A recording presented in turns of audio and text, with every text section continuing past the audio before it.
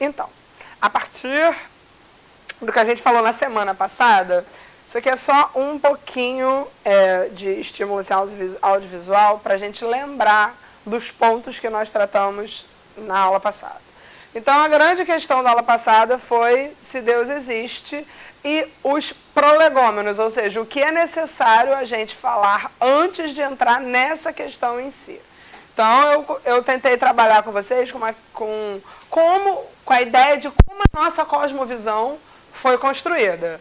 É uma cosmovisão que teve uma origem eurocentrada. O Evangelho chegou aqui na América Latina através dos portugueses e dos espanhóis, ou seja, o tipo de evangelho que era vivido na Península Ibérica naquela época. Mas antes disso, a gente tem a influência greco-romana. Eu falei exaustivamente sobre isso, para a gente entender que a forma como nós entendemos a fé hoje não é desconectada da herança histórica. Isso é muito importante. Porque se a gente entende a nossa herança histórica, a gente pode detectar vários erros e acertos, claro, né?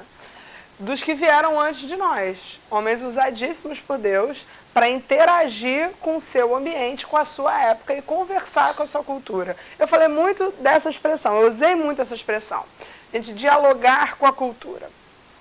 Eu tenho uma preocupação de, às vezes, quando a gente fala disso, de dialogar com a cultura, muitas pessoas entendem, é um evangelho liberal, ou então, você vai abrir mão de pressupostos que são importantes para a fé cristã. Eu não estou dizendo isso.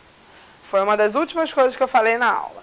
Nós temos que estar tão certos da nossa fé, do que diz as Escrituras e do que diz a teologia que a gente abraça, a ponto de poder conviver e conhecer e ler sobre e conversar outras matrizes religiosas, diversos sistemas filosóficos, e isso não nos abalar. Pelo contrário, isso tem que fortalecer a nossa fé. Se o contato que você tem com outras cosmovisões, com outras formas de entender a cultura, a vida e a história, faz a sua fé se enfraquecer, eu recomendo que você dedique um tempo a buscar a Deus primeiramente, porque não adianta você ter um conhecimento intelectual se isso não passa pelo seu coração. E também se debruçar sobre os livros. Encontre teólogos que você goste, encontre filósofos cristãos que você goste, pessoas que ajudem você a construir. Porque não é fácil, no mundo de hoje, a gente ter firmeza no que a gente pensa. Porque a gente é atacado o tempo inteiro. Eu sofro muito isso no Face. Assim, meus amigos não cristãos, qualquer coisa que aparece, eu recebo uma chuva de inbox. Falei, eu não falo em nome de todos os crentes. Calma, primeiramente, né? Segundamente, vamos tentar entender algumas coisas. Né? O que a Bíblia diz e o que a igreja diz. Porque às vezes o que a igreja diz não é o que a Bíblia diz e muito menos o que Jesus disse. Então, aí já então, até você explicar esse sonhaço, isso é uma coisa. E você tem que ter aquela unção de ficar sempre na fofura. Não, calma, jovem, não é assim. Eu não sou do tipo beligerante, porque eu acho que essa coisa, esse discurso agressivo, tem momentos em que é necessário. Sim, essa não é a minha função. Eu não tenho esse amor, esse ardor, apologético. Não, eu sou mais uma coisa da história. Vamos entender. Isso era assim, mas aconteceu isso. Eu prefiro conduzir a conversa dessa maneira, mas cada um de vocês tem um temperamento e uma abordagem em relação à teologia e como isso dialoga com a cultura. Então, para a gente chegar nesse ponto, a gente precisa conhecer muito bem a nossa fé e de onde ela veio. Porque de onde ela veio e como ela foi formada diz muito sobre o nosso discurso hoje. Quando você nasceu, todas as doutrinas importantes da fé cristã já estavam formuladas. Trindade, a doutrina da encarnação, sobre o ser de Deus, sobre o Espírito Santo, sobre o homem no estado de pecado, o homem no estado regenerado, sobre as coisas que haveriam de vir, né? Apocalipse. Ou seja, todos os aspectos da teologia já foram formulados antes de você nascer. Então, cabe a nós conhecer a história da nossa família. Sabe aquela tia que sempre fala, quando você era pequena, sabe aquelas histórias assim? É mais ou menos isso. Só que a gente tem que relembrar as histórias dos pais da igreja, dos reformadores, dessa galera que produziu um pensamento coerente e consistente. Então eu falei dessa questão de ter nascido num contexto politeísta e até falei que isso em alguma medida nos aproxima hoje, 2017, de janeiro, Brasil, dos primeiros anos do cristianismo. Naquele grande período histórico da Idade Média, praticamente a grande verdade que sobrepujava todas as outras era a fé cristã. Havia outras religiões? Sim. mas o domínio e a importância, a força, a extensão da Igreja Católica era tão absoluto que essas outras vertentes religiosas não apresentavam uma ameaça, por assim dizer. Muita coisa aconteceu, muita água rolou debaixo dessa ponte até a gente chegar aqui hoje. E hoje a gente está numa situação muito parecida, porque o pêndulo da história vai e volta nesses pontos. Então, falei rapidamente da questão do politeísmo e da necessidade que a igreja tinha de definir. A tentativa é delimitar que esse Deus de Israel, ou seja, que tem relação com a história de Israel, esse Deus que se manifestou em Jesus, não é paganismo. Então, eles tinham que fazer essa diferença o tempo inteiro. Eu botei alguns exemplos aqui que eu achei bem interessantes, de divindades que são praticamente a mesma, mas mudaram só o nome. Então, a gente vê ali divindades egípcias, que são praticamente a mesma pessoa no momento da Grécia. E aí aqui é mais legal ainda, porque eu vi os deuses romanos e gregos e suas funções, e a partir disso, se a gente comparar com a nossa, tem um pouquinho de mitologia nórdica aqui, que eu falei de vikings, então a gente vai ver que são as mesmas pessoas, só que um ficou louro, né, gente, nórdico, virou uma coisa assim, e aí os nomes gregos aqui, os nomes nórdicos, e aí eu fiz um link com a gente aqui. Peguei um pouco de divindades africanas, ou orixás, como preferirem, e fiz uma relação, tentando dizer que na época do início da igreja cristã, o grande desafio da igreja, e de quem pensava a fé, era entender a cultura e mostrar que o evangelho era a resposta para as grandes questões da época, independente da matriz religiosa, enfim. Hoje a gente está vendo uma mesma coisa praticamente dentro da nossa realidade brasileira, por isso que eu quis botar. É muito importante a gente falar da realidade brasileira. A cada dia mais eu percebo isso, porque eu só estudei os caras da Europa, quando eu fiz seminário, inclusive no mestrado. No mestrado ali mais alguma coisa de América Latina e tal, mas toda a minha visão é europeia. E a Europa não tem as mesmas questões que nós temos aqui. Por isso que eu achei importante fazer esse paradoxo, para que a gente abra os nossos olhos e saiba fazer esse meio campo aí, esse meio de campo. E aí a gente falou bastante sobre o iluminismo, porque ele foi como diz um texto que eu li lá no Mackenzie, um turning point, um ponto de virada, um ponto de transformação numa mentalidade que estava se desenvolvida. Por que o iluminismo foi tão importante para fazer essa grande diferença na mentalidade de quem pensava a fé e a filosofia? Por quê? Alguém lembra? Assim, vagamente, uma lembrança meio nublada. Por causa da razão, mas antes as pessoas não usavam razão? Começou a pensar em respostas que não envolvessem Deus no meio. O iluminismo começou a pensar em respostas que não envolvessem Deus no meio. Isso faz a grande diferença. Porque antes disso, se a gente estuda, por exemplo, o pessoal do São Tomás de Aquino, a primazia da razão sobre a fé. Na verdade, ele considerava o grande crivo para você acreditar em alguma coisa ou não, o que dizia a sua razão. Então, de cara, você já tira vários artigos de fé, que são questões que não apenas usam a sua razão, mas vão para além dela, porque a fé cristã é assim. Ela não é irracional em nenhum momento. Ela vai usar a sua razão até o limite e ela vai para além do que você pode entender. Porque se Deus é infinito, não tem como ele caber na nossa mente, que é finita. Se nós conseguimos exaurir o conceito, a ideia do ser de Deus, aí esse Deus está errado, porque se ele cabe numa caixa, até usei essa ilustração, se ele cabe nessa caixa, ele é muito pequeno. Então isso é interessante. Eu já recebi algumas coisas bem agressivas falando contra o cristianismo, na verdade contra a vertente, né, o pentecostal, a gente tem que dar nome aos bois, né? Cara, esses caras são irracionais, eu falei, olha só, a gente tem que diferenciar a prática da igreja da fé cristã. A fé cristã, ela não é irracional. Ela não pede para você fazer coisas sem sentido, ela não ensina bobagens, não. Pelo contrário, lembra do que eu falei, Catedrais da Mente? É um edifício muito bem construído. E todas as doutrinas, elas se encaixam e têm lógica. Então, isso é muito bonito na fé cristã. Porque ela não apela apenas para o seu coração, para o elemento pístico, de pistis, de fé. Ela apela também para o seu intelecto. Você tem que usar as duas coisas, senão fica incompleto. Você bota só umas peças no quebra-cabeça, mas não bota todas. Então, falei dessa grande importância do movimento iluminista.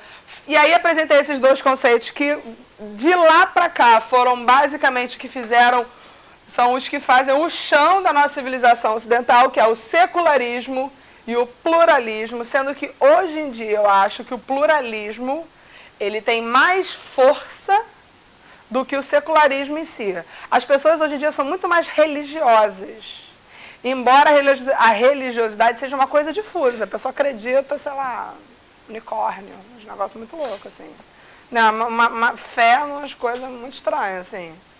Uma amiga minha que estava dizendo uma experiência que ela era muito mística. E ela fez a tenda do suor. Você já ouviu falar sobre isso? Cara, é uma tenda, uma barraca, que você bota várias pedras, tipo, pegando fogo, assim, e aí fica uma galera, tipo, cara, uma barraca para, sei lá, 5 pessoas fica 15. É essa onda, assim.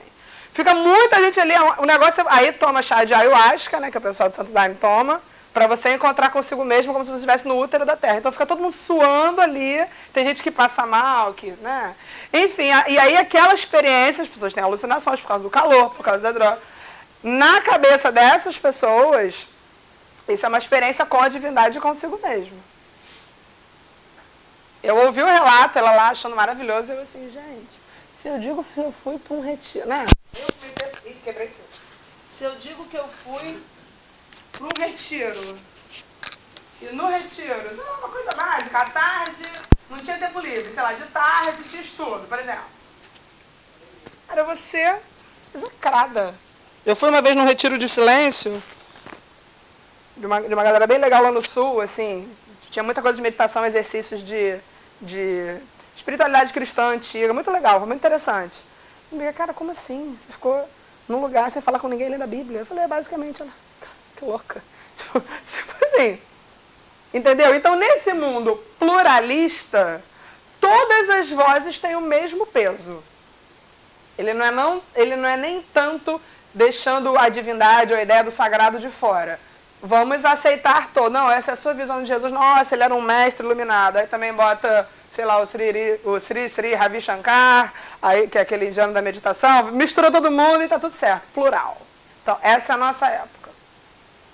Aí falei de novo sobre o plural. E aí é interessante, porque se você bota todo mundo no mesmo balaio, será que tudo é aceitável? Só que a gente tem que pensar. E não adianta, gente. Embora a gente tenha um discurso equilibrado, acho que o seminário aqui ainda preza muito por essa questão da galera ser centrada, ter um bom embasamento. O evangelho, a fé cristã, ela é exclusivista. Não adianta.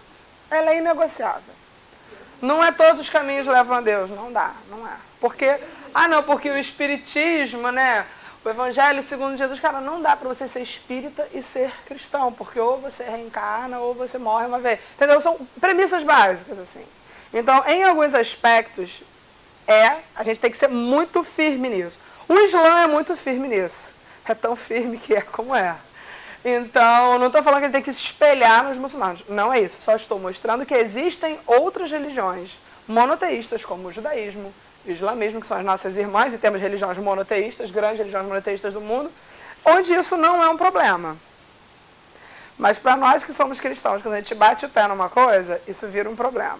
Então a gente tem que encontrar maneiras de continuar botando o pé firme, mas tendo uma boa argumentação, fiel às escrituras e ao pensamento dos que vieram antes de nós. Diga. Essa igualdade de pensamento, você coloca tudo numa mesma balança, tudo é aceitável, mas eu percebo que é tudo aceitável de um modo positivo, vamos dizer assim. É como se fosse tudo bom, tudo verdade. Mas e se fosse ao contrário? Qual reflexo isso traria? Se fosse assim, tudo ruim, tudo é mentira, nada presta. Qual seria o contraste que isso traria? Eu acho interessante, porque se a gente pensasse assim, tudo é ruim, nada presta, tudo é mentira, o homem não teria uma esperança. Eu vou falar hoje muito sobre o efeito da Primeira Guerra, assim, como é que isso deu uma virada na cabeça da teologia. E o liberalismo praticamente cresceu nesse período, né? O liberalismo teológico. Vocês devem já ter ouvido alguma coisa dessas correntes teológicas contemporâneas. A realidade da morte, o silêncio do universo, a imensidão do universo diante do nosso tamanho, as desigualdades sociais, o sofrimento, a dor, isso tudo pede uma resposta. Então, se você, além de ter um mundo desse jeito, caído e cada vez mais chocante, eu não consigo concordar com a afirmação de algumas outras matrizes religiosas que diz que a gente está evoluindo, os espíritos estão evoluindo. Cara, eu acho bem difícil isso. Porque a gente tem o exemplo de tudo que aconteceu antes da gente e cai erros piores até, bizarro. Mas, enfim, se tendo esse contexto todo negativo, se a religião ainda apresenta uma coisa, não, está tudo errado, está tudo ruim, cara, é um buraco sem fundo. Isso aconteceu em alguma medida na Europa, com o niilismo, que foi uma corrente filosófica, que era assim, cara, a gente é nada mesmo, vai todo mundo morrer, então dane-se, vamos fazer o que a gente quiser, nada importa, o homem não é nada, a filosofia não é nada, então o meu discurso não precisa ter sentido, a arte não precisa ter sentido, nada precisa ter sentido, porque não tem sentido, a vida é uma bobagem e todo mundo vai morrer. Né?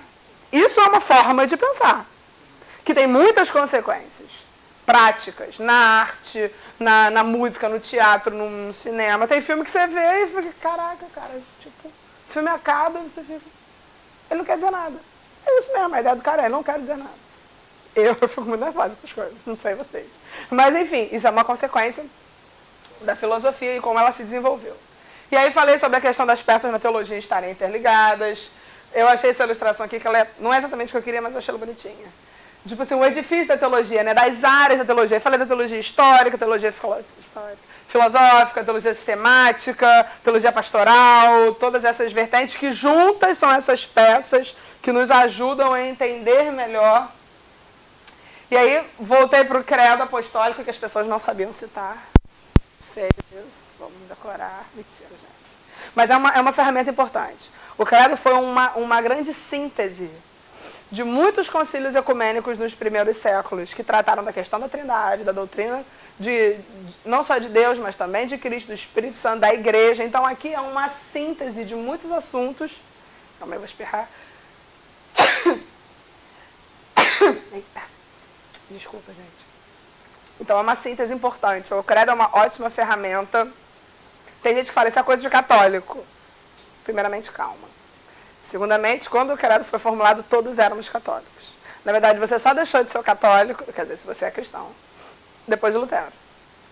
Os pré-reformadores, você podia até ter tido uma simpatia com ele, mas assim, simpatizar com Savonarola, com John Hus, né, com Wycliffe, mas teria morrido também na fogueira como eles, né, como a maioria. Então, a gente tem que entender isso. Então, até 1517, lá, as 31, né, as 95 teses, 31 de outubro, todo mundo aqui era católico. Então, a partir deste período do século XVI, a gente vê um outro desenvolvimento teológico e aí as coisas mudam para a gente. E aí eu falei um pouco sobre diversas vertentes de teologia. Falei da necessidade da gente ler teologias feitas por pessoas que vivem na nossa realidade. Aí falei da teologia da libertação. É interessante só esclarecer que eu não fecho com todos os pontos da teologia da libertação. Não, eu acho que tem coisas que são extremamente equivocadas. Eu acho que a salvação não é puramente social. A salvação não é libertar você de um contexto social opressor apenas. Esse é o ponto. Eu acho que ela foca tanto nessa questão que acaba deixando de lado outras coisas importantes. Mas isso não me impede de pegar pontos importantes nessa teologia e considerar. Isso que eu acho que falta. Isso falta na minha formação. Estou dizendo para vocês que isso falta na minha. Tipo assim, não, cara, a teologia da libertação é tudo marxista, nem precisa ler. Se você vai gastar dinheiro para comprar livro, como os reformados. Não, beleza, eu fiz isso, né? Comprei. Tá, mas hoje em dia eu vejo, cara, os caras não são insanos. Falaram de coisas relevantes para o contexto. Estou falando que você vai seguir isso, mas é importante a gente saber. Nós não somos teólogos, nós estamos estudando esse assunto. Mesmo que você não concorde, você precisa ter algum contato, você não pode ser ignorante. Então a gente tem que abrir a cabeça para isso em relação às nossas leituras também. Lógico que se você tem um dinheiro contado, compre um reformador, compre um pai da igreja, vai no certo. Mas se você achar um PDF perdido pela internet, pode ler, gente, não vai fazer mal, não. E aí eu falei da questão dos prolegômenos, esclareci isso, e terminei com esse texto, que era meio que um dever de casa, para vocês pensarem nisso. Lembra?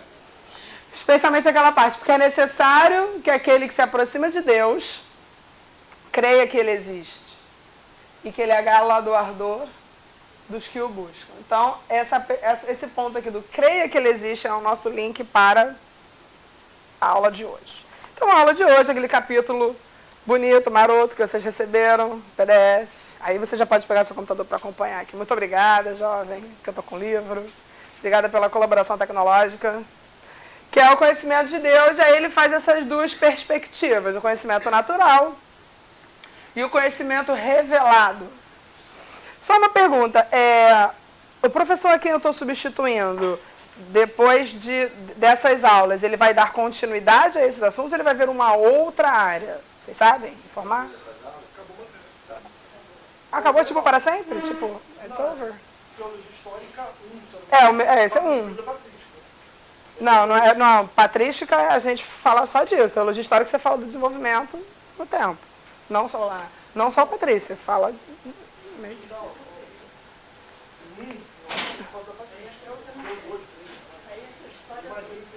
Tá, porque na verdade na divisão de teologia histórica a gente pega os temas e estuda eles no desenvolvimento. Se a gente falar de patrística, a gente vai falar de todos esses temas com essas abordagens de desenvolvimentos posteriores. Porque a patrística tem temas, tipo, meio que próprios, assim. Tem coisas que eles falam mais e coisas que eles nem mencionam, porque nem... A última aula de ele falou sobre Agostinho.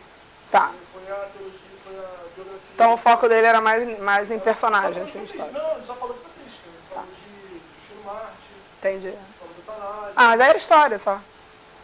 Não.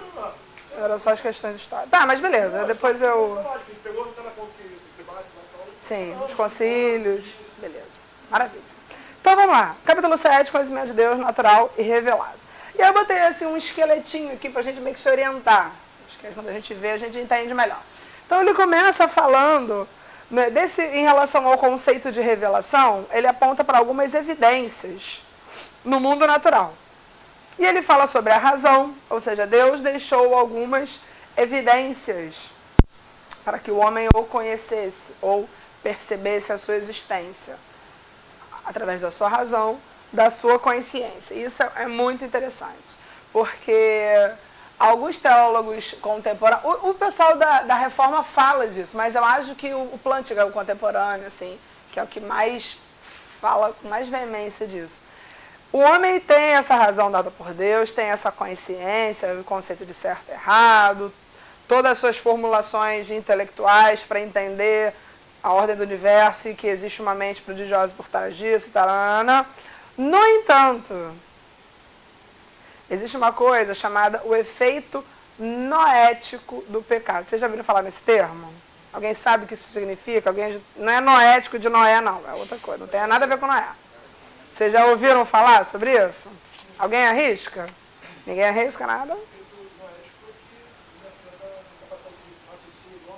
Exatamente. Então, a queda afetou não só as emoções do homem, afetou todas as áreas, se a gente pensar no homem holisticamente, como um todo integrado, afetou a tudo. Não afetou em toda a sua extensão, ou seja, os homens não são tão maus quanto poderiam, mas todos são maus. Entenderam esse conceito? Então, o efeito noético fala sobre o efeito da queda no nosso intelecto, ou seja, a nossa razão também foi corrompida pela queda. E por isso, as nossas formulações intelectuais, bem como o nosso amor pela verdade, foram afetados. Então, o homem, ele tem razão em sua mente, ele tem a consciência, mas ele não quer. Ele não só não pode ver a Deus, como ele não quer ver a Deus. É uma questão do coração também. Porque lembra que nós estamos mortos, nossos delitos e pecados, então o homem no estado de pecado, cara, o morto não escolhe a cor da flor. Tipo assim, tá ali, não escolhe a roupa, né? Então é isso, o homem está naquele estado ali. Ele não pode voltar a viver, ele não tem como. Então é interessante a gente ter isso em mente, porque a gente fala assim, caramba, mas a ciência mostra tanta coisa perfeita, organização do universo, estrutura, sabe? Esse negócio, buraco de minhoca, tá valendo sobre um negócio muito louco, né? Você entra numa dimensão, sai em outra, cara, muito maneiro, né? Então vários conceitos da física quântica, incríveis, um universo extremamente ordenado, sei lá, um exemplo até que o Antônio Carlos dava, se a Terra move um pouquinho para perto do Sol, morre todo mundo carbonizado, se vai um pouquinho para longe, todo mundo congelado, ou seja, é perfeito. Aí o homem olha isso tudo e não brilha no olho dele que isso é um retrato do Criador. Ele não pode ver, ele foi afetado pela queda. A sua razão também, embora a razão do homem seja notável, porque a imagem e semelhança de Deus, ela não consegue compreender as coisas espirituais. Não só de espirituais, mas muitas coisas que são de outros terrenos. Então a nossa razão, além de ser limitada, tem essa questão do efeito noético, ou seja, a corrupção da nossa razão, o nosso intelecto também sendo afetado. E aí, por isso a gente tem o livro da natureza e a história. Bem, se eu perguntassem para vocês sobre a história, um dos teólogos que a gente vai falar, que é o Pannenberg, ele fala que a revelação é a história. Você olhando para a história do mundo, no mundo ocidental, né? Porque história oriental a gente tem tão pouco contato, né?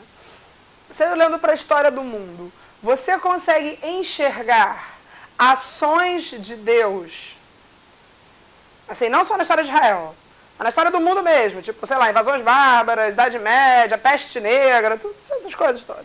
Revolução Francesa, um monte de gente cortando a cabeça, Noite de São Bartolomeu, os católicos botando fuzil para cantar, lá, matando tudo que é protestante. Enfim, você consegue enxergar nos fatos da história a providência. O que é a providência? Quem sabe o que é esse conceito de providência? Você já ouviu falar nessa palavra? O que isso significa? Deus proverá, mais ou menos. Não é exatamente o conceito de providência que eu estou pensando. Quando a gente fala assim, a providência de Deus, o que é isso? Sim, então é como se fosse assim, a história é o palco onde Deus arruma os objetos, os fatos, os acontecimentos, de acordo com que ele manifeste a sua intenção e a sua vontade. Então, a providência de Deus é aquela mão invisível que vai guiando a nossa história. Aí você fala, caraca, mas na minha história teve tanta coisa ruim. Fazia parte também. Era importante para que você fosse quem você é hoje. Que aquilo tivesse acontecido. Nossa, mas tem pessoas que passaram por coisas muito, sei lá, menos sérias e sucumbiram. Beleza, essa é a história dessa pessoa. A sua é diferente. Você tinha que passar por isso, para aprender isso. Então, a providência conduz a nossa história. Não só a nossa como indivíduos, mas a nossa como cristãos e olhando numa perspectiva maior ainda da humanidade. Às vezes é difícil concordar com isso, né? Como é que a gente... É porque a gente nunca sofreu uma guerra no nosso território, assim. Tipo, a gente vê... Embora os nossos números sejam os mesmos da Síria, né? Bizarramente, Rio de Janeiro, 2017, isso é surreal. A gente não tem tanque, não tem ruína. Você sai daqui, você pega o seu carro, você janta, você vive normal. Você não tem toque de recolher porque vai ter bombardeio, não. Mas, enfim, os países que experimentaram na carne isso, começaram a pensar de maneira mais séria sobre os teólogos desses lugares, sobre a providência. Será que a mão de Deus guia a história mesmo? Porque não é possível que tivesse que acontecer isso. Tanta gente morta, tanta violência, tanta brutalidade, tanta... Será? Então, esses questionamentos são interessantes. Qual é o ponto de vista de vocês sobre essas coisas? Se você parar para pensar, você consegue ler, como o... Acho que era o Lewis fazia, né? Que a gente tem que ler o jornal com uma mão e a Bíblia na outra. Você consegue ler o seu tempo a partir da ótica da providência, ou seja, da ação silenciosa de Deus na história? A gente consegue enxergar isso? Logicamente, que eu vou usar uma ilustração do Jonathan Edwards, que a nossa história é como se fosse um grande mosaico. Sabe o mosaico, aqueles desenhos de caquinho de azulejo? Então, nós somos tão pequenos que a gente só vê, tipo assim, um mosaico, um azulejo, um outro caquinho, 3. Nós somos finitos, a gente não vê o quadro todo. E o que a gente vê é uma coisa meio torta, meio estranha, um rejunte meio saindo, essa coisa esquisita. Mas você fala, nossa, a história é feia, esquisita. Mas Deus, que dá a eternidade, vê o mosaico inteiro, ele vê perfeito. Porque a história caminha para um fim perfeito. Se a gente olha lá Apocalipse, como é que termina? Termina no caos, ou termina numa cidade onde as árvores alimentam as nações e o cordeiro está sentado com a figueira. Entendeu? Existe um fim harmonioso para a história. Isso é interessante, que o Pannenberg fala, a gente tem que ler a história do final para o começo, porque ela só vai fazer sentido quando chegar lá. Enquanto está acontecendo, vai estar muito estranho. Tipo, um monte de coisa que, tipo assim, se fosse Deus, faria diferente, sabe assim, aquela coisa? Então, mas tinha que acontecer, tinha que ser assim. Para que os homens entendessem que a gente aprende também sobre Deus através do sofrimento. Isso é uma coisa que eu digo para mim mesma. Porque às vezes a gente aprende com a igreja, porque a gente é crente, né, como se tivesse lá uma redoma, assim. Deus é aquela coisa, né, não, Deus vai te guardar de todo mal. Sim, Deus vai te guardar. Mas Deus vai permitir também que você passe por perrengues e aflições na sua alma. Às vezes não é nem um perrengue externo, mas é uma angústia no coração. Isso tem um objetivo. Isso está moldando você. Então isso também é importante. E aí, falando do livro da natureza e a história onde Deus se auto-revela. Então, esse conhecimento natural de Deus, que ele menciona aqui na página, deixa eu ver. Logo no começo mesmo, na página 245.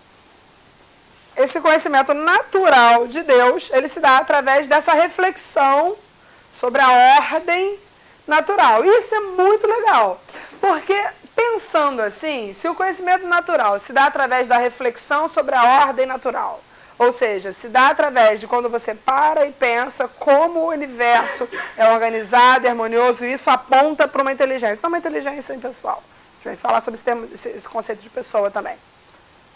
Se isso acontece, logo, ciência e teologia não estão brigando.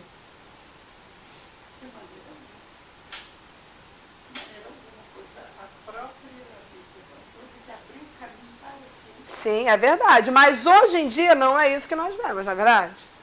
Muitas vezes, quando a gente lê artigos científicos ou os grandes nomes da ciência, geralmente são ateus, né? E é interessante que eles sempre colocam o obscurantismo da religião, né? A religião faz de você ser uma pessoa limitada, que não consegue enxergar, né? Enquanto a ciência vem para libertar, para abrir os horizontes, para mostrar como é que é.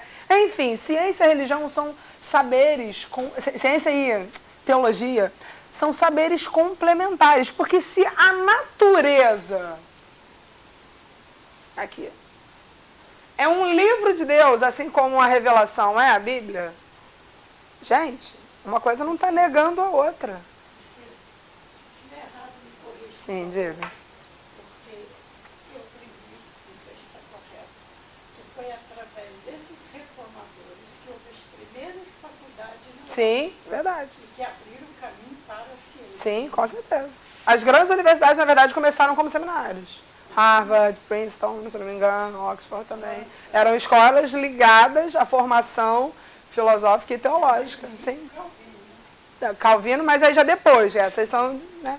Então é interessante a gente pensar isso, que o Evangelho ele nunca se propôs a abafar o conhecimento natural. Pelo contrário, é um grande incentivador.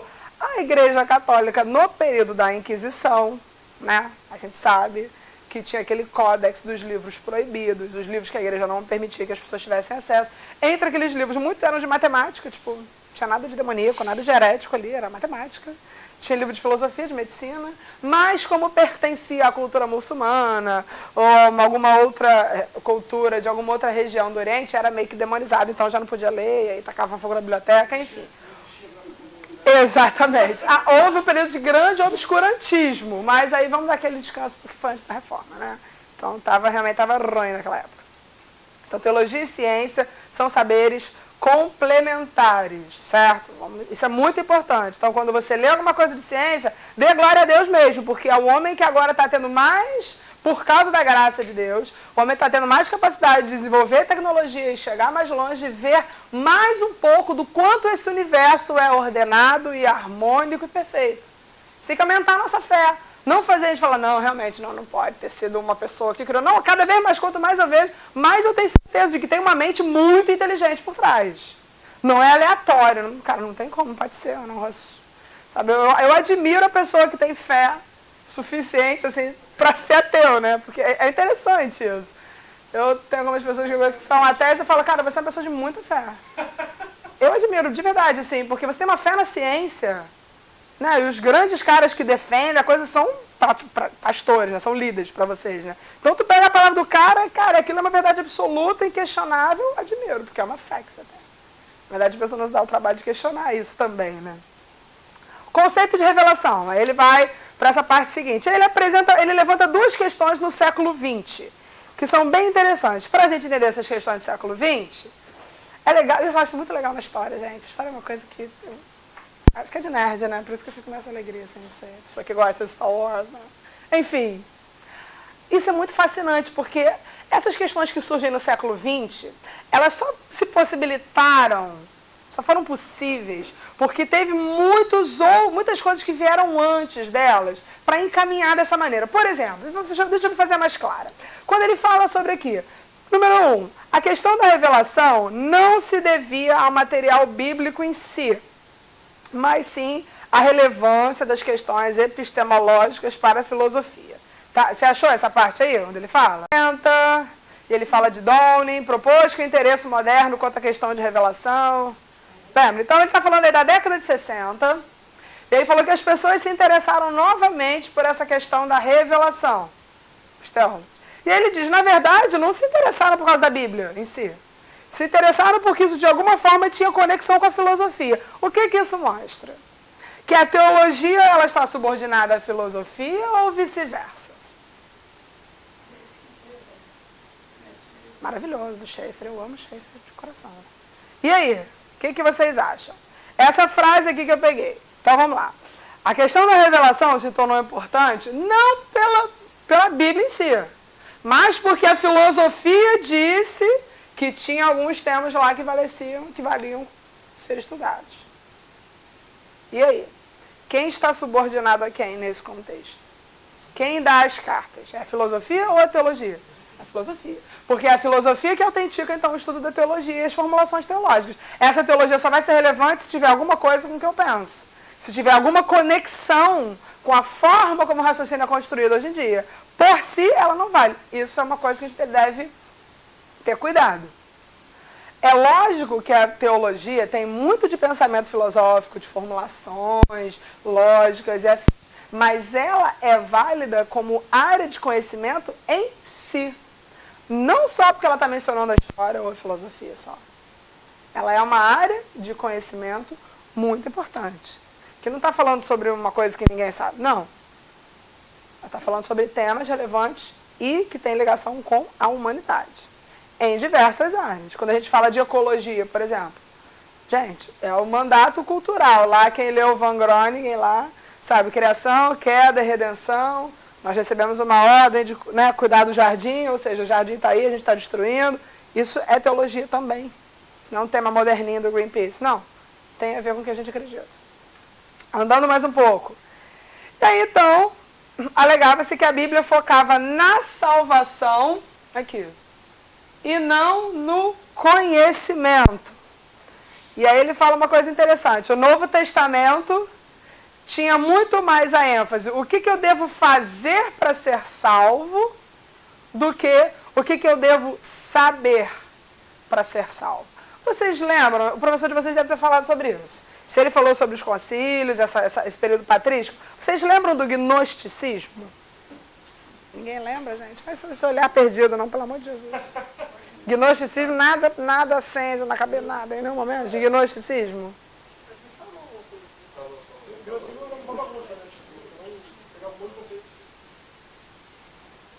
Fale-me mais sobre isso. Vai desenvolvendo, quase lá. Então, para o gnosticismo, a salvação se dava através do conhecimento. Conhecimento do quê? Aí vem o que você falou. O conhecimento secreto de várias fórmulas ou como é que eu posso dizer? Várias doutrinas de religiões misturadas que entendiam que era através da razão somente que você seria salvo. Também, mas eles tinham muitas outras coisas envolvidas nesse pensamento. Para eles, o mundo era a matéria, era a máquina de pensamento platônico, né? Ou seja, o mundo foi criado por um demiurgo, um Deus menor. Não é, o Deus do Antigo Testamento é um, Jesus é outro, não tem relação um com ele. Enfim, eles diziam, eram muitas doutrinas misturadas. Mas o ponto principal é a ênfase na questão do conhecimento, da parte racional. E aí é interessante, porque quando a gente fala assim, no Novo Testamento, o foco era muito mais no que eu devo fazer para ser salvo do que o que eu conheço, o que eu devo saber. Fazer versus saber. Isso também porque o gnosticismo era muito popular naquele momento. Então, eles entendiam que a doutrina de Jesus não tinha a ver com aquilo. Ou seja, não é saber essas coisas aí. O que eu tenho que fazer, então? O que é? Não é isso. É o que, então? E aí vem o Evangelho e as cartas de Paulo, esmiuçando esse tema. E aí é muito legal, porque se a gente parar para pensar, na verdade, a Bíblia fala sim sobre um conhecimento que é necessário para se obter a salvação. Não é verdade? Você não precisa conhecer algumas coisas sobre Deus, sobre a redenção, sobre o Evangelho, né? A Bíblia é a palavra de Deus, Jesus é algum caminho que leva... O básico do Evangelho, você tem que saber essas coisas. Não é uma coisa que você chega na igreja e estou aqui, é um forte abraço, estou salvo. Não. Você precisa de algum conhecimento sobre as Escrituras, sobre o que Jesus fez, a importância, o sacrifício vicário, substitutivo, esses termos da teologia que a gente aprende. Então, isso é um conhecimento que é necessário para a gente obter a salvação. Mas é mais do que isso. Não basta você conhecer. Então, quando a gente fala do conhecimento de Deus, a gente envolve razão e conhecimento? Sim, mas não é só isso.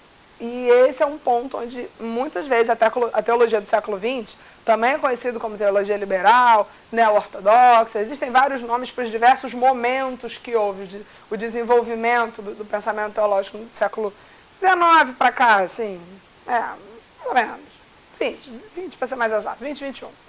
Então, é necessário ter um conhecimento, sim, mas é necessário também incluir a autorrevelação de Deus através das Escrituras e em Cristo num relacionamento pessoal com você. Então, é conhecimento e relacionamento. Só conhecimento está errado. Tem uma coisa faltando. Só um relacionamento sem base de entendimento nenhum cai numa relação baseada em experiência, e experiência é extremamente subjetiva. Se eu disser para você que Deus só vai falar com você se você estiver meia-noite vestido num pano de saco branco, numa montanha, com uma vela...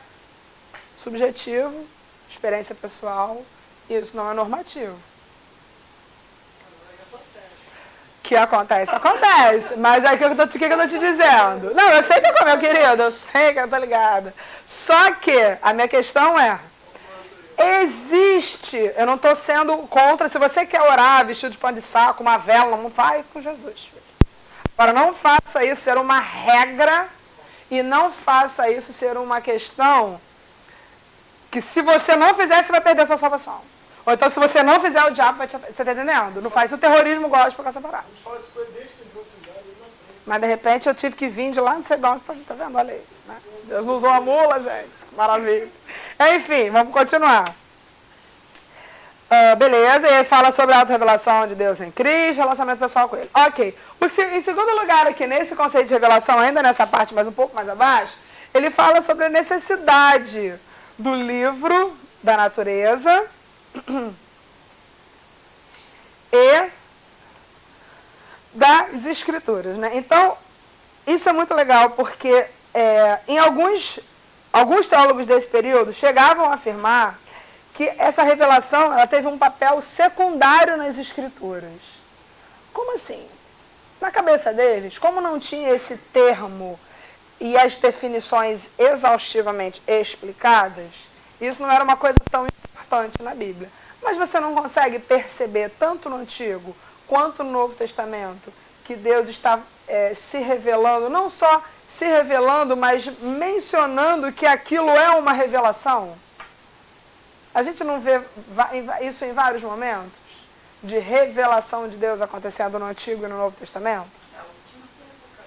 Sim, também. Mas quando a gente fala da encarnação de Jesus, quando a gente fala da experiência que Paulo teve na estrada de Damasco, antes até no Antigo Testamento, tantas experiências do povo de Israel, no momento lá dos juízes, então, gente, pelo amor de Deus, estava um momento maravilhoso, estava um momento terrível, estava um momento maravilhoso, um momento terrível. Aí Deus sempre enviava os seus profetas intervindo na história e se revelando ao povo para lembrar eles, né?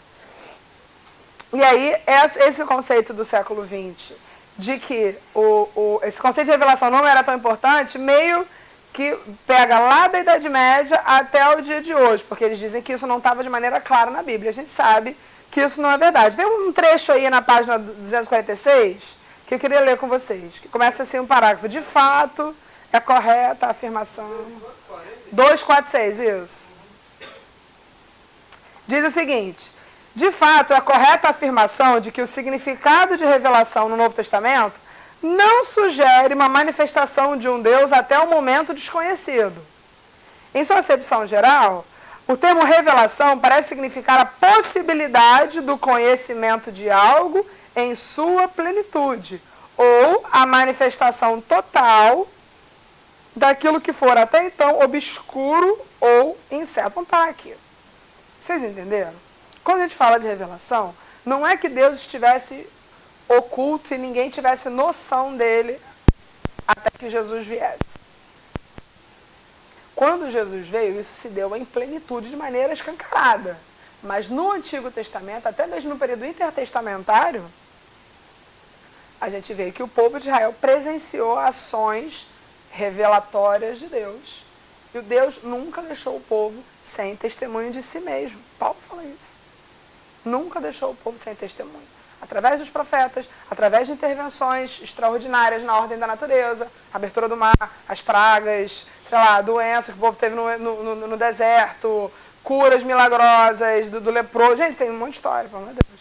Então, isso são intervenções divinas, na providência, intervindo no palco da história. Então, vou mandar mais um pouquinho. Uma coisa que é importante a gente ter em mente é que a revelação, ela não liquida, ela não exaure, ela não esclarece tudo acerca do mistério divino.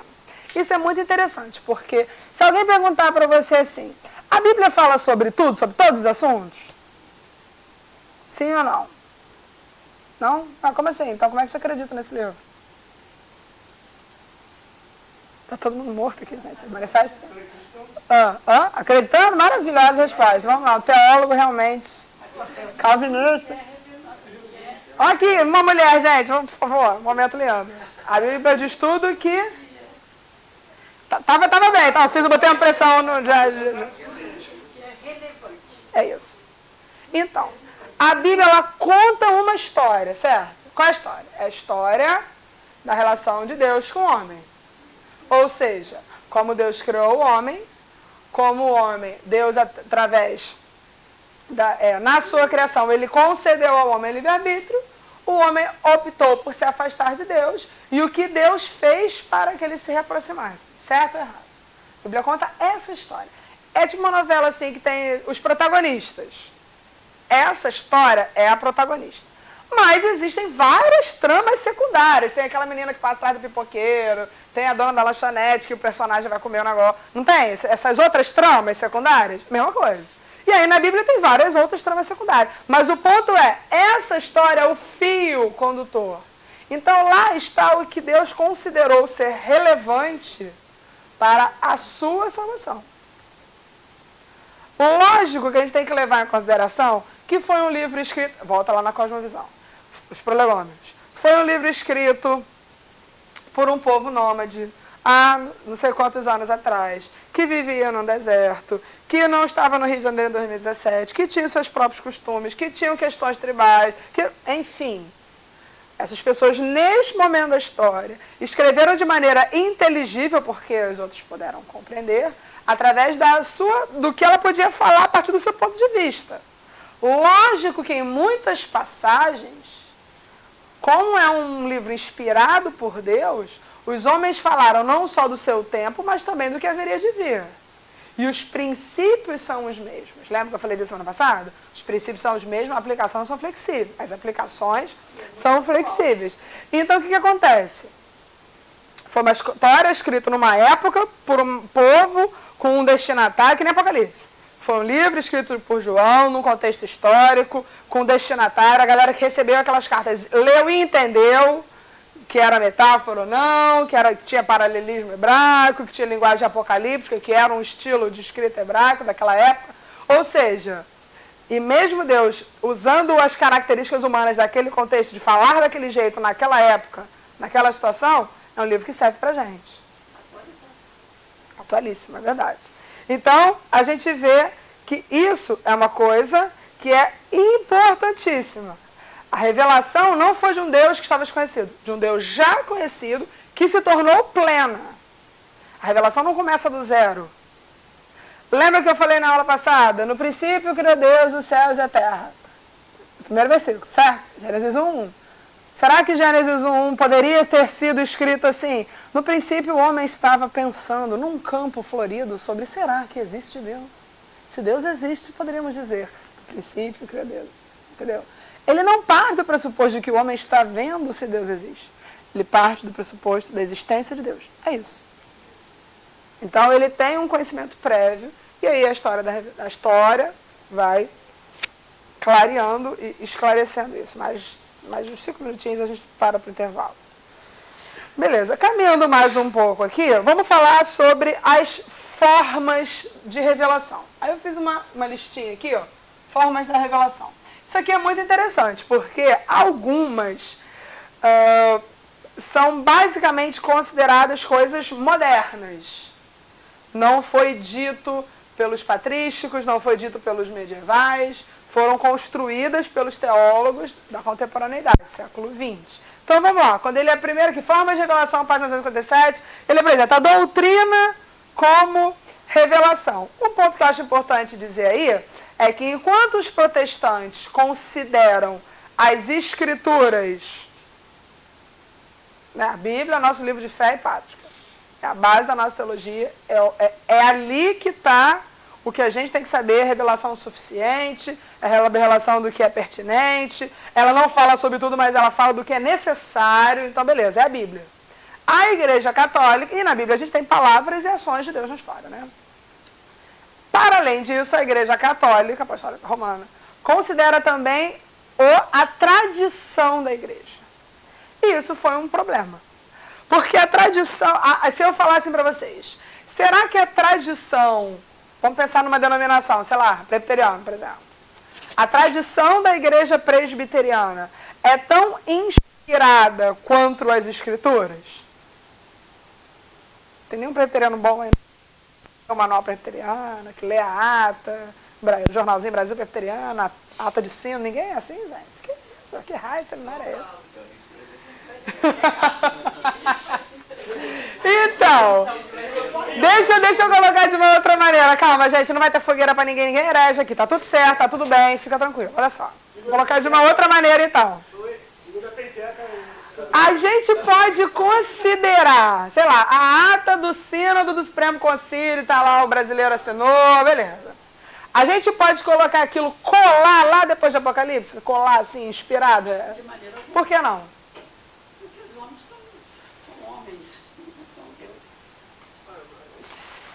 Sim, vamos desenvolver mais, vamos lá. E aí, meu povo? A gente não entende que o cânone foi fechado, não tem nada para ser acrescentado? O que Deus intentou revelar está ali. Não tem nada, não tem nenhum livro para você botar, não tem uma ata de conselho, não tem nada. Acabou. Revelação é aquilo. Nós, protestantes, entendemos assim. Os muçulmanos, por exemplo, entendem que o Alcorão... A gente tem assim, por exemplo, a gente tem o Antigo Testamento, que fala do contexto judaico. O Novo Testamento, que aí surge o contexto cristão. Mas pra gente, Antigo e Novo fazem parte de um livro só. Para o muçulmano, ele considera o Antigo, o Novo e o Alcorão é o final da revelação, é a última coisa que Deus disse. Allah é Deus, Maomé é seu profeta, acabou. É isso. Essa é a visão islâmica. O primeiro é o... Judeus... Eles consideram, na verdade isso é interessante, porque apesar de não haver na religião nada negando ou difamando ou colocando como menor importância o Antigo e o Novo Testamento, a prática é diferente. Mas de Maomé ele não falou nada disso. Na verdade, Jesus era mais um profeta, Jeremias, Isaías, né? Jesus. E aí o último profeta, Allah, acabou, fechou a tampa ali, entendeu? Na verdade, Allah não é nem filho de Deus. Ele não considera essa possibilidade de Jesus ser um filho de Deus. Jesus é um profeta, como os outros profetas do Antigo Testamento, de acordo com a visão islâmica. Né? Os amigos, ele acha que já abraça, digamos assim, a Bíblia como então, é isso que eu estou te falando. Ele não abraça, porque a prática é de conflito. Mas, historicamente, se você parar... Vamos ver o que Maomé falou, né? O fundador do negócio? Então, vamos ver o que ele falou. Ele não manda, na verdade ele fala até para, de alguma forma, manter boas relações com o povo do livro. Maomé, lá no início, século VI. O Islã se desenvolveu de maneiras distintas, lembrando que a igreja também ajudou a piorar, né? A gente lembra das cruzadas aí, que foram muitos erros da igreja. Então vamos lá. Formas de revelação, falei da doutrina. A Igreja Católica considera a tradição e as escrituras. Nós só consideramos as escrituras porque entendemos que o que Deus intentou revelar está ali, acabou, não tem nada para ser acrescentado. Isso até foi uma coisa que deu muito problema na Idade Média, né? Porque a cada concílio, cada papa definia uma coisa diferente. Toda vez que o papa fala ex cathedra naquela cadeira lá, é como se ele estivesse sendo o próprio Jesus falando, a palavra dele tem essa mesma força, essa mesma importância. E aí, papas disseram coisas contraditórias. A gente usa também alguns argumentos de lógica para refutar essa doutrina. E aí Lutero fala, olha, é sabido que papas e concílios falharam. Assim, a menos que você me convença, cara, eu não vou abrir mão da minha consciência, porque a gente já viu que a história mostrou que tem muita coisa que a gente não pode confiar na tradição, a gente fica só com a Bíblia, porque a tradição teve muitos erros. É interessante, agora abrindo os olhos para um perigo, assim, o Karl Barth, que ele gosta bastante, que ele foi o único que lembrou de Karl Barth, quando eu mencionei na neo-ortodoxia semana passada, foi... Quando eu falei, tem um perigo, né? Porque algumas pessoas, alguns teólogos do século contemporâneo, do século XX, como são neo-ortodoxos, eles usam termos da ortodoxia, mas com outro significado. E aí, às vezes, a coisa fica meio definida e aí pode virar uma heresia. Você, calma, você dá um risinho assim. Ou seja, mas é ele mesmo. Ele tem umas coisas bem interessantes, assim. Por exemplo, na cabeça dele, no pensamento dele, a dimensão da palavra de Deus é composta de 3 coisas. Tem a comunidade da fé, que é a igreja. Tem a revelação de Deus em Cristo e nas Escrituras. Então você tem, em primeiro lugar, Cristo. Segundo lugar, as Escrituras. Terceiro lugar, a igreja. Por que isso pode se tornar algo perigoso? Porque, de acordo com isso, a ênfase cai em Cristo e não nas Escrituras. Logo, as Escrituras, em algum ponto, podem ser inexatas. Podem se tornar desnecessárias. Se a ênfase está em Cristo, uma experiência pessoal com Cristo, e não precisa necessariamente passar pelas Escrituras, como é que você conhece Cristo adequadamente, se não pelas Escrituras? Quem crê em mim, como diz as Escrituras. Não está isso lá? Não está escrito? O texto não é esse? Então não é quem crê em mim de acordo com o Sai Baba diz que Jesus é um espírito. Não. Como diz tem que passar pelas Escrituras. Esse é o conhecimento verdadeiro de Cristo. Então esse ponto do Karl Barth, embora seja muito interessante, é o que eu falei, vamos abrir a cabeça, a gente não pode demonizar, não quero ler, não quero saber. Calma, tá tudo bem. Embora seja interessante, porque bota a igreja num lugar importante, a comunidade da fé, a comunidade de fé é usada por Deus para nos revelar a si mesmo. A convivência com os irmãos, diariamente, é o que faz a gente ficar mais santo, gente. Porque, vou te contar, tem muitas pessoas esquisitas, estranhas, chatas na igreja, não é verdade? Então, são essas pessoas maravilhosas que a providência põe no nosso caminho para nós sermos pessoas maravilhosas. Né, gente? Olha aí. Então, é a vida na comunidade, eu falei brincando, mas é a vida na comunidade da fé que nos molda. Você quer ser paciente? Vai fazer visita todo dia. Você quer desenvolver paciência na sua vida, jovem? Você está agoniado, está estressado, pega uns hospitais, uns enterros para você fazer, uns doentes para você visitar, você vai ver como é que vai mudar a sua vida. É na comunidade da fé que a gente aprende a ser mais gente, mais humilde, mais tolerante. Verdade ou mentira? Estou falando uma coisa louca? Não. É isso. Então a gente aprende com nossos irmãos. Então isso é interessante, que Karl Barth começa a considerar isso.